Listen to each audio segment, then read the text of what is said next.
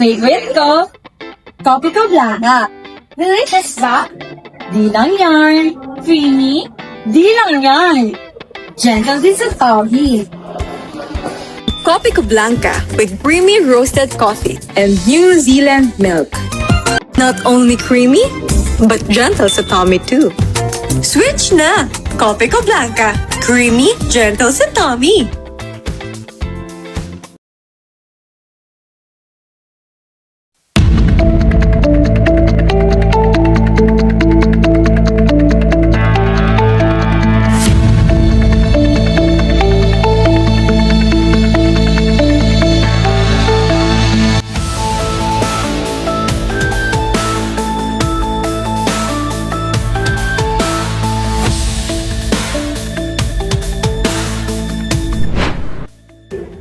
Beyond the headlines and behind the news, where the facts meet the future.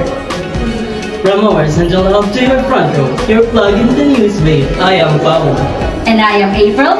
Tonight, we're breaking down the stories that demand your attention and the perspective you won't find anywhere else. The clock is out and the news is live. Our top story begins right now.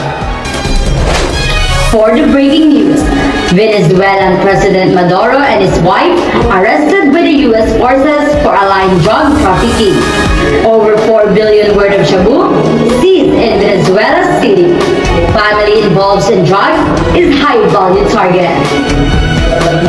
The Department of Foreign Affairs is concerned about the potential impact of the United States attacks on Venezuela this past weekend, as well as the arrest of Venezuela President Nicolas Maduro and his wife, while the U.S. cited drugs trafficking as justification for their actions. One political scientist argues that oil is their true interest. Additionally, another expert that stated the United States should strictly adhere to international policies provide protocols. Ara Mazo for the news. Madugo ang naging pagsalakay ng Amerika sa bansang Venezuela. Ang airstrike ginawa para sa pilitang makuha ang presidente ng Venezuela na si Nicolas Maduro at kanyang asawa para daw mapaharap sa hustisya. Nailipad na si Maduro sa New York City kung saan siya idedetine at lilitisin para sa kasong narco-terrorism. Inakusahan siya ng paggamit ng kanyang pwesto para sa drug trafficking at makapagpasok ng droga sa Amerika. Dati nang nanindigan si Maduro na wala siyang kaugnayan sa anumang krimen. Sa pagkakadakip kay Maduro, sinabi ni US President Donald Trump na ang Amerika na ang mamamahala sa Venezuela, isa sa bansang may pinakamalaking oil reserves sa mundo. In the capital, we're going to run the country until such time as we can do a safe, proper, and judicious transition. So we don't want to be involved with having somebody else get in, and we have the same situation that we had for the last long period of years. Over 4 billion worth of shabu seized in Venezuela City. Aiza Lumugda for the news. Mahigit sa 4 na bilyong pisong halaga ng shabu ang nakuha sa nadiskubreng shabu laboratory sa loob ng isang nakarehistrong paggawaan ng alak sa Venezuela City. Ayon sa mga otoridad, nakumpiska nila ang aabot sa mahigit 700 kilo na hinihinalaang shabu. Tumambad din sa mga otoridad ang mga aparato na hinihinalaang ginagamit sa paggawa ng ilegal na droga. Ayon sa Philippine Drug Enforcement Agency o PDEA, nadiskubre ang laboratorio matapos ang buy-bust operation na pinagsanib ng peresa ng PNP at PDEA. Isang sospek ang naaresto habang tinutugis ang 3 hanggang 4 pang sospek. Ayon sa PDEA, konektado ang sinalakay na shabu laboratory sa naunang nadiskubreng laboratorio sa Binangonan, Rizal. Aiza Lumugdang, Nagbabalita, Newsweek.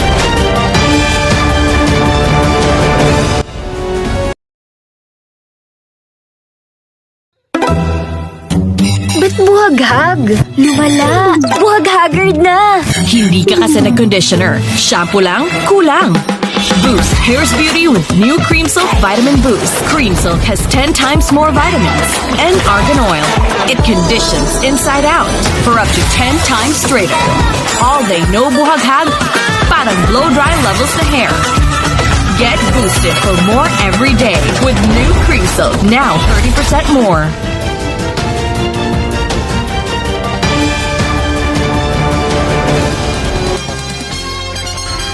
family of drug dealers considered high-value target as of being arrested in Santa Cruz, Davao del Sur. Trisha Villarba for the news.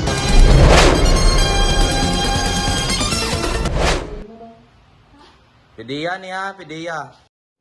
Hindi na nakapalag at agad pinadapa ang tatlong lalaking ito sa ikinasang bypass operation ng Philippines Drug Enforcement Agency sa Santa Cruz, Davao del Sur kahapon ng umaga. Namoy katungod ha, magkuha sa inyong abogado sa inyong kagustuhan. Agad ding inasahan ang karapatan ng tatlong suspect. High-value target sa kasong droga ang 41 na si Giovanni Sarasa at ang 23 anyos na kapatid niya na si Arman. Arestado rin ang kanilang pamangkin na si Armaher Sarasa. Nasabat sa mga suspect ang timbangan ng mga drug paraphernalia at hinihinalang droga na tinatayang nasa 100 piso ang halaga. 50 grams a week. Kaya na ano talaga siya sa kategory na high value individual. Tapos ginagamit niya pa yung bahay niya as drug den. Nalaman din ng mga otoridad na nanggaling pa sa Cotabato City ang mga iligal na droga, tsaka ibinibenta sa kanilang mga kakilala sa lalawigan at sa Davao City. Hindi ito unang beses na tinangka ng otoridad na hulihin ang tatlo. Nakatakas na sila noon nang malaman nila na pulis pala ang kanilang katransaksyon. Sa ngayon, hawak na ng PDEA 11 ang mga suspect na mahaharap sa reklamong paglabag sa Comprehensive Dangerous Drugs Act. Villarba, Trisha May, Nagbabalita, Newswave.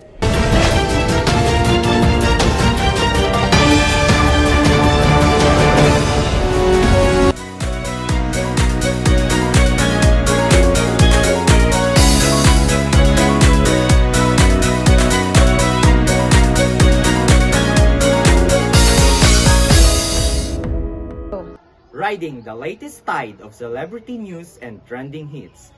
I am Romel Patrimonio. This is the Newswave Showbiz Update. Go. Gina Alahar opens up about their previous drug use. Zuhaimen for the news. Namin ni Gina Alahar na gumamit din siya dati ng iligal na droga noong kasagsagan ng kanyang pag-aartista. Ayon sa bitirang aktres, na-impluensyan siya ng kanyang kasama na gumamit ng droga para manatili siyang gising kapag may taping or shooting. Kung saan, umabot umano siya ng 2 hanggang 3 taon sa paggamit nito. Nasa mid-20s, umano siya nang maranasan niyang gumamit ng drugs, kung saan nagsimula raw siya ng marijuana hanggang sa maging curious na siya sa iba pang mga dumating na bagong droga. Kaya sinubukan niya rin ang mga ito. Inamin ni Gina na nahok siya ng shabu dahil sa hindi umano siya inaantok. Kaya't malaking bintahe sa kanya kapag nasa taping or shooting siya dahil sa gising na gising siya. Ngunit nung tumagal ay hindi na niya gusto ang nangyayari sa kanya dahil nagkaroon na siya ng hallucinations lalo na't 72 hours siya ang gising. Dito na raw siya nag-decide na tumigil hanggang sa tuluyan na niya itong kalimutan. Sa ngayon daw ay wala na siyang kahit isang bisyo at talagang tutok na siya sa kanyang trabaho. Zuhaimen Karinda, Nagbabalita, Newswave.